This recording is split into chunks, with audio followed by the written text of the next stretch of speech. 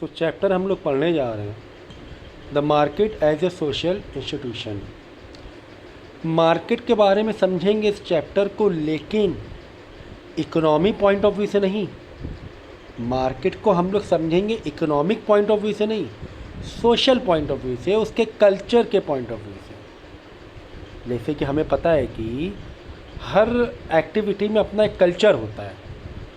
यानी कि अगर हम बात करें प्रे की बात करें, हम लोग प्रेयर करते हैं तो सबका अपना कल्चर होता है। कोई मस्जिद जाता है, कोई मंदिर जाता है, कोई अपने वो चर्च में जाता है। तो एक कल्चर दिखाई देता है, सबके पहनावे में एक कल्चर दिखाई देता है ना। सबके प्रेयर में या उनके जो भी रिलीजियस वर्क होते हैं, एक्टिविटीज़ होती है, तो उसमें एक कल्चर, एक यूनिफॉर्म दिखाई देता है। ठीक है, तो ठीक इसी तरीके से मार्केट को भी हम लोग एक कल्चर के पॉइंट ऑफ व्यू से समझेंगे कि सोसाइटी, अलग अलग सोसाइटी में अलग अलग मार्केट कल्चर हमें देखने को मिलेगा। अलग अलग जैसे आप गांव में जाओगे, गांव की सोसाइटी अलग है तो गांव के मार्केट भी अलग। मार्केट वही जहाँ पे सेलिंग परचेज होती है, लेकिन वहाँ की मार्केट आपको अलग दिखाई देगी। अगर आप अर्बन एरिया में आ जाओगे, यानी शहरों में आ जाओगे, यहाँ का मार्केट का सिस्टम, थोड़ा लेन देन का सिस्टम, मोबाइल से ट्रांसफ़र हो रहा है, पैसे ऑनलाइन कर रहे हैं हम लोग, तो यहाँ का कल्चर, मॉल है, शॉपिंग मॉल है, तो अलग तरीके से शॉपिंग होती है यहाँ पर, अलग तरीके से मार्केट आपको दिखाई देगी। ठीक है, तो इस चैप्टर में इस बात को ही समझेंगे। तो हमेशा याद रखो, कोई भी चैप्टर पढ़ने से पहले उस चैप्टर का अप्रोच समझना बहुत ज़रूरी है कि चैप्टर का अप्रोच क्या है। ठीक है, तो in this chapter we will learn what sociological perspective of market and economy, meaning and definition of market आपको पता ही है। मॉडर्न मार्केट इकोनॉमी समझेंगे, फिर social perspective of modern economy market समझेंगे, फिर ट्राइबल मार्केट पर समझेंगे। ट्राइबल जो आदिवासी या गांव के लोग होते हैं, है ना, ट्राइबल समझिए ना, वैसे जो कास्ट होती है, पर्टिकुलर उनका कल्चर होता है, तो उनकी मार्केट कैसे थी। फिर उसके बाद very important colonialism and weekly market समझेंगे हम लोग कि जो अंग्रेज़ों के टाइम किस तरीके से बदलाव आया, अंग्रेज़ों के टाइम किस तरीके से बदलाव आया, इस चीज़ को हम लोग समझेंगे। ठीक है ना, मतलब जो कॉलोनियलिज्म पीरियड था, जो ब्रिटिश के टाइम जो इंडिया में जो ब्रिटिश रूल कर रहे थे, तो उस वक्त किस तरह चेंजेस आए मार्केट के कल्चर में, वो हम लोग समझेंगे। ठीक है ना, उसके बाद देखो वीकली मार्केट, एक एग्ज़ाम्पल हमने बस्तर डिस्ट्रिक्ट ले लिया, तो वीकली मार्केट तो भाई हर जगह है। संडे मार्केट या फिर ट्यूसडे मार्केट, वीकली मार्केट होती है, ये तो हर जगह आगे पढ़ेंगे हम लोग। ये भी एक कल्चर है, वीकली मार्केट होना भी अपने आप में कल्चर है ना। एक होता है ईयरली मार्केट होना, मेला लगना, तो वहाँ पे बहुत से लोग सामान लाते हैं, साल में एक हफ्ता मेला लगा रहता है, तो इस लाइक ये भी एक मार्केट का कल्चर ही तो हुआ, ये भी तो मार्केट का कल्चर ही तो हुआ। फिर हम लोग कास्ट बेस भी मार्केट समझे, कास्ट बेस भी होती है क्या मार्केट, कोई रिलीजियस बेस या कास्ट बेस पे मार्केट किस तरीके से काम करती है, कहाँ पर होती है, क्या बिकता है सामान। ठीक है ना, फिर सोशल ऑर्गेनाइजेशन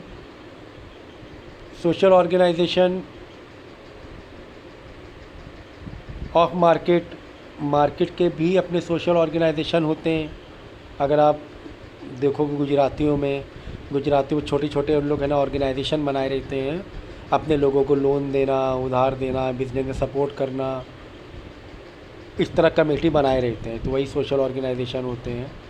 ठीक है, फिर उसके बाद कॉलोनियलिज्म के टाइम मार्केट कैसे इमर्ज हुई, कैसे मार्केट में बदलाव आया अंग्रेज़ों के टाइम, ब्रिटिश के टाइम। फिर अंडरस्टैंडिंग कैपिटलिज्म, मार्केट धीरे धीरे कैसे कैपिटलिस्टिक होती गई। कैपिटलिस्टिक होना मतलब मार्केट का एडवांस होना, मशीन मेड गुड्स की मैन्युफैक्चरिंग। अगर आप अभी जाओगे कहीं पर भी आज के टाइम पर, तो आपको मार्केट कैपिटलिस्टिक दिखाई देगी। बड़े बड़े इन्वेस्टमेंट होते हैं, बड़े बड़े मॉल होते हैं, वैसे थोड़ी ना होती, छोटी दुकानें लगी हुई हैं। अभी तो पूरा कैपिटलिज्म हो गया ना पूरा, यानी investment base, industrial base product बनने लगे हैं कि नहीं है। फिर कॉमर्शियलाइजेशन एंड कंजप्शन, ये वेरी इंपॉर्टेंट पॉइंट है, ये भी हम लोग समझेंगे। And the next very important, what is globalisation, किस तरीके से पूरी जो नेशनल इंटरनेशनल मार्केट एक हो गई है।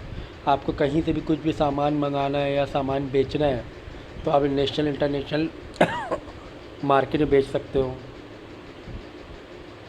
फिर देखो debate on liberalisation market versus state, ये एक पढ़ेंगे हम लोग लिबरलाइजेशन के बारे में। लिबरलाइजेशन का मतलब ये हुआ कि पहले कोई फैक्ट्री डालना है, कोई इंडस्ट्री डालना है तो काफ़ी, या सामान एक्सपोर्ट इंपोर्ट करना है तो काफ़ी लाइसेंसिंग की ज़रूरत होती थी। लेकिन जब से 1991 में इंडिया में लिबरलाइजेशन हुआ है, मतलब चीज़ें आसान हो गई, आप एक्सपोर्ट इजीली कर सकते हो, इंपोर्ट बहुत आराम से कर सकते हो, सीधे सामान बेच सकते हो, तो इसमें इसको बोलते हैं लिबरलाइजेशन, आसान बनाना किसी प्रोसेस को। फिर इम्पैक्ट ऑफ ग्लोबलाइजेशन और लिबरलाइजेशन इंडिया में क्या हुआ, ये भी हम लोग पढ़ेंगे। तो किस तरीके से मार्केट का कल्चर रहा है पूरा अपने इंडिया में, ट्रेडिशनल कल्चर, मॉडर्न कल्चर, वो बेसिकली इस चैप्टर में पढ़ेंगे हम लोग, ठीक है ना। तो यही पॉइंट है कि सोशलाइजेशन पर्सपेक्टिव क्या है मार्केट के, जो मैंने बताया कि किस तरीके से मार्केट में बदलाव आता गया है ना। धीरे धीरे पहले बार्टर सिस्टम था, बार्टर सिस्टम मतलब कि एक सामान लो दूसरा सामान दे दो, किस तरीके बाद में कॉइन आने लगे, गोल्ड और सिल्वर के मेटल के बदले सामान खरीदा बेचने जाने लगा। फिर धीरे धीरे देखो करेंसी आ गई। तो तो ये एक तरह सोसाइटी में बदलाव आने से मार्केट में बदलाव आता गया, ठीक है।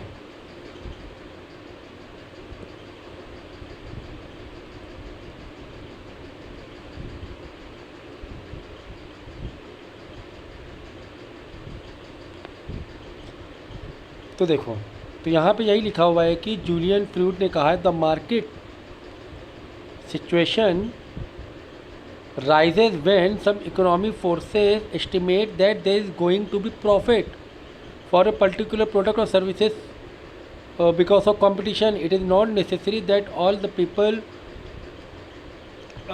participating in the market know about this opportunity. तो ये वेरी इंपॉर्टेंट पॉइंट है कि मार्केट क्या है, एक ऐसी इकोनॉमिक एक्टिविटी है जहाँ से प्रॉफिट मिलता है, जहाँ पे कंपटीशन होता है, जहाँ पे सेल परचेज किया जाता है। ज़रूरी नहीं सब लोग इन्वॉल्व हो, सबको पता हो। मुझे पता है कि यार मैं ये बेल्ट बनाऊंगा, मैं ये बैग बनाऊंगा और मैं बेचूंगा उस मार्केट में, उस एरिया में जाकर, मुझे प्रॉफिट हो जाएगा। आपको नहीं पता है, हमें पता है, हम जाके बेचने लगे। तो यही मार्केट है, यही क्या है, मार्केट है। तो एक सिचुएशन होती है जहाँ पे हमें लगता है कि एक ऐसी सिचुएशन, यार इस सामान को अगर हम बेचें बनाकर या कहीं से लाकर तो हमें प्रॉफिट मिल जाएगा। तो जहाँ बेचते हैं वही मार्केट होती है, ठीक है ना। तो modern market economy, modern market economy Adam Smith ने क्या कहा है, क्योंकि बताया कि द वेल्थ ऑफ नेशंस, कितना इम्पोर्टेंस दिया मार्केट को, कि नेशन की, हमारे कंट्री की वेल्थ है, क्योंकि मार्केट होगी तभी तो ख़रीदारी बिक्री होगी, लोगों को पता चलेगा डिमांड कि क्या चीज़ें मैन्युफैक्चरिंग करनी है, क्या हम बेच सकते हैं। तो मार्केट से सारी चीज़ें पता चलती हैं, है ना। तो ये एक फोर्सेस ऑटोमेटिक काम करता रहता है। देखो यहाँ पे दिया हुआ ना, this unseen forces was called invisible hand bye Adam Smith. Smith argued that the capitalist economy, modern जो इकोनॉमी कैपिटलिस्ट इकोनॉमी है। कैपिटलिस्ट इकोनॉमी का मतलब होता है जहाँ पर ह्यूज इन्वेस्टमेंट होता है, बड़ी बड़ी फैक्ट्री, बड़ी बड़ी कंपनी होती है। पहले ऐसा नहीं था, पहले कैपिटलिस्ट इकोनॉमी नहीं थी। लोगों ने अपने घर में, अपने छोटे से कारखाने में सामान बनाया और मार्केट में आके बेचने आके डायरेक्ट बेच डाला।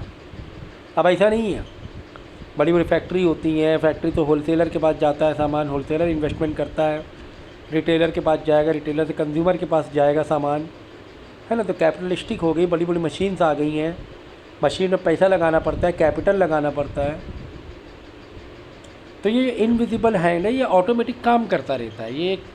ये ऑटोमेटिक है ना, फोर्सेस होते हैं, डिमांड होती है लोगों में, लोग ट्रेंड होता है। अब डिमांड का कोई पर्टिकुलर वो नहीं है, डिमांड का मतलब सिर्फ ज़रूरत नहीं होती है, डिमांड तो फैशन में भी आता है ना, डिमांड फैशन में भी आ जाता है, ट्रेंड में भी आ जाता है, ज़रूरी नहीं ज़रूरत हो। तो ये कब ट्रेंड बदल जाए किसी कुछ पता नहीं ना। तो ये इस तरीके से फोर्सेस मार्केट में काम करते रहते हैं, डिमांड बढ़ती है, सप्लाई बढ़ती है, सप्लाई बहुत ज़्यादा बढ़ जाती है, फिर एक पॉइंट में डिमांड कम हो जाती है। तो इस तरीके से चीज़ें चलती रहती हैं।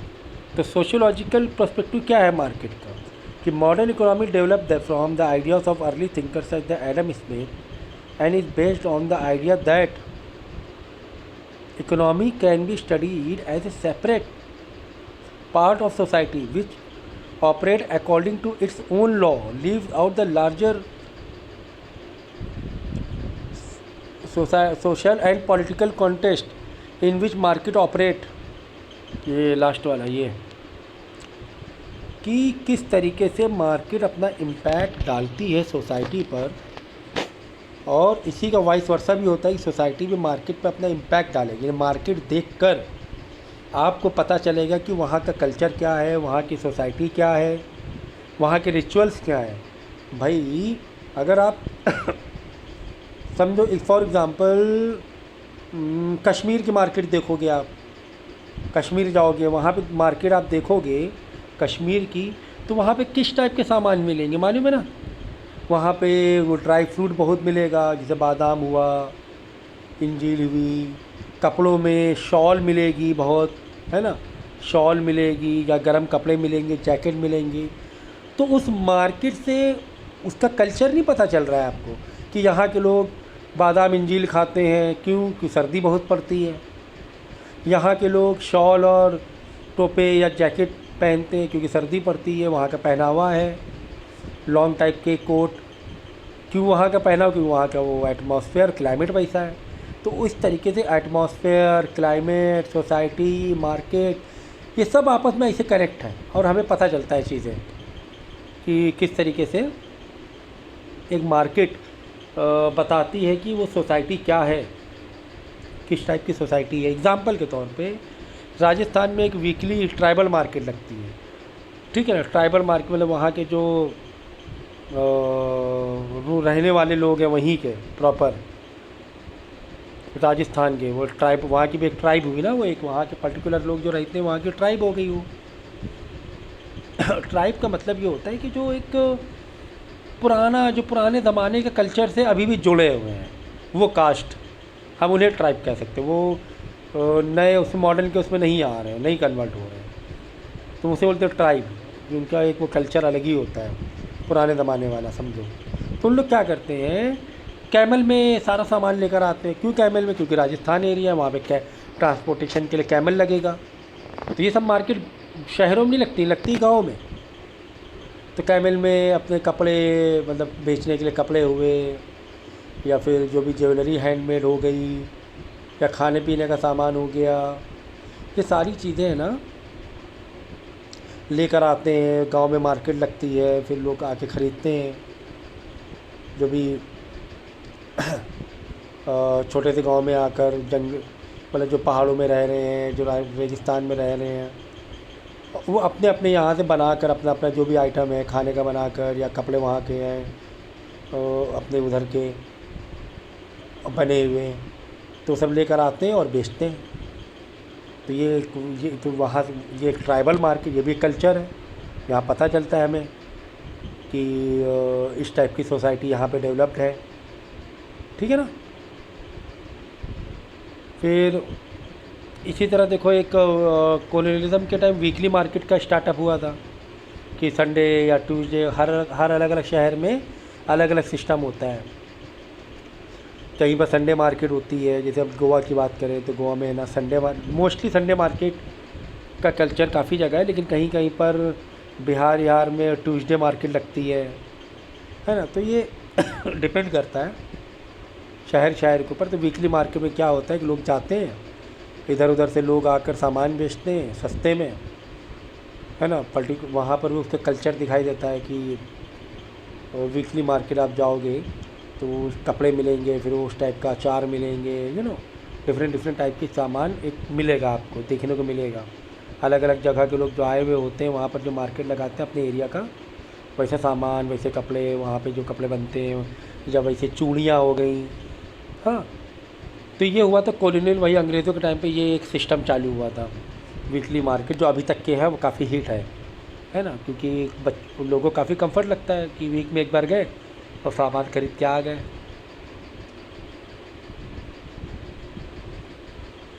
इसका तो कास्ट बेस्ड मार्केट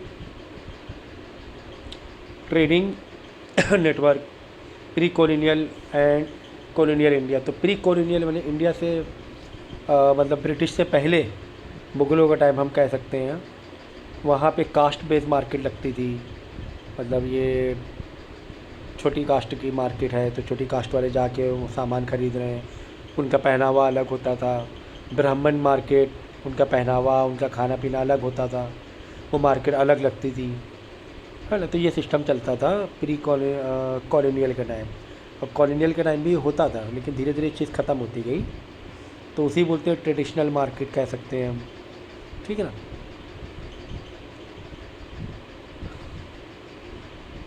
और फिर कॉलोनियल के टाइम जो मार्केट लगने लगी, बहुत सारी चीज़ें यूरोप से आने लगी, जो अंग्रेज़ यहाँ सामान देने लगे, तो हाई लग्जरीज कपड़े हो गए, साबुन हो गया, तो लोग बहुत अट्रैक्ट होते थे, यार बाहर का है ये कहाँ का है, बाहर का सामान है। तो उस टाइम है ना अंग्रेज़ ब्रिटिश के टाइम वहाँ की सामान यूरोप का बना हुआ यहाँ ला के बेचते थे। तो यहाँ के जो रिच लोग थे उनकी एक मार्केट, मतलब उन लोग ही जाके सामान ख़रीदते थे क्योंकि महंगे सामान होते थे।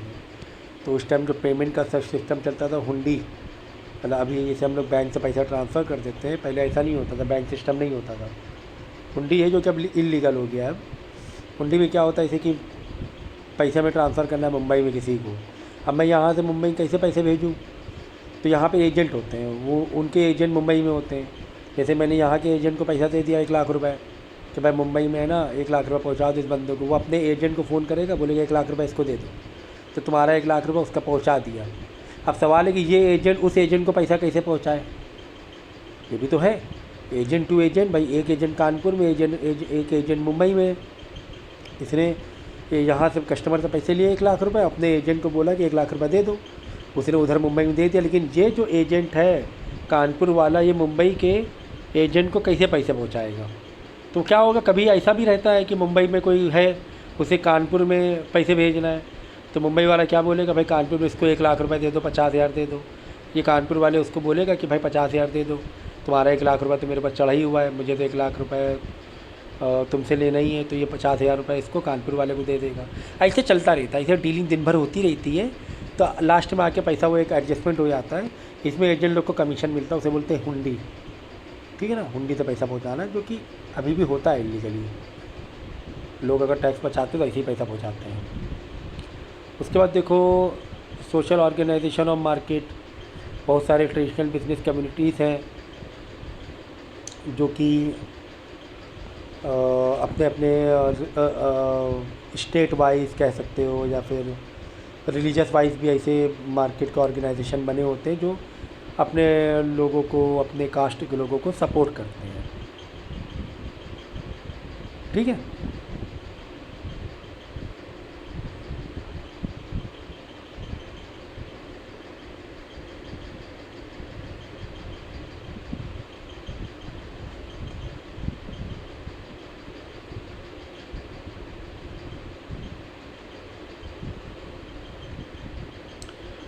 तो अब यहाँ पे देखो ट्राइबल वुमेन बैठी हुई हैं, वो अपने फॉरेस्ट का, जंगल का प्रोडक्ट बेच रही हैं, ठीक है। तो यही अलग अलग मार्केट, वैश्यास एक मार्केट हो गई, मतलब कास्ट हो गई, तो वो उनकी कम्युनिटी के लोग उनका ही अपने लिए सामान, अपनी कम्युनिटी के लिए सामान बेचते हैं, उस टाइप के पहनावा, उस टाइप का खाना पीना। तो ये चीज़ हम कह सकते हैं कि इस तरह कास्ट बेस मार्केट देखो अभी भी है ना, यहाँ पर है देखो तमिलनाडु में अब मिलती है, हर जगह अभी भी मिलती है, ऐसा नहीं है। आप देखोगे गाँव में जाओगे तो पता चलता है, ठीक है। तो अभी भी मिलते हैं ऐसे सामान, पर्टिकुलर कास्ट वाले अपने लोगों के लिए बेचते हैं सामान, वहाँ के कस्टमर ख़रीदते हैं फिर उस हिसाब से, ठीक है। तो मेरे ख्याल से आज के लिए इतना काफ़ी है, इसको पढ़ो और जो भी सेंटेंस में या पैराग्राफ में जो भी डाउट लगे तो स्क्रीनशॉट मार के भेज देना, ठीक है।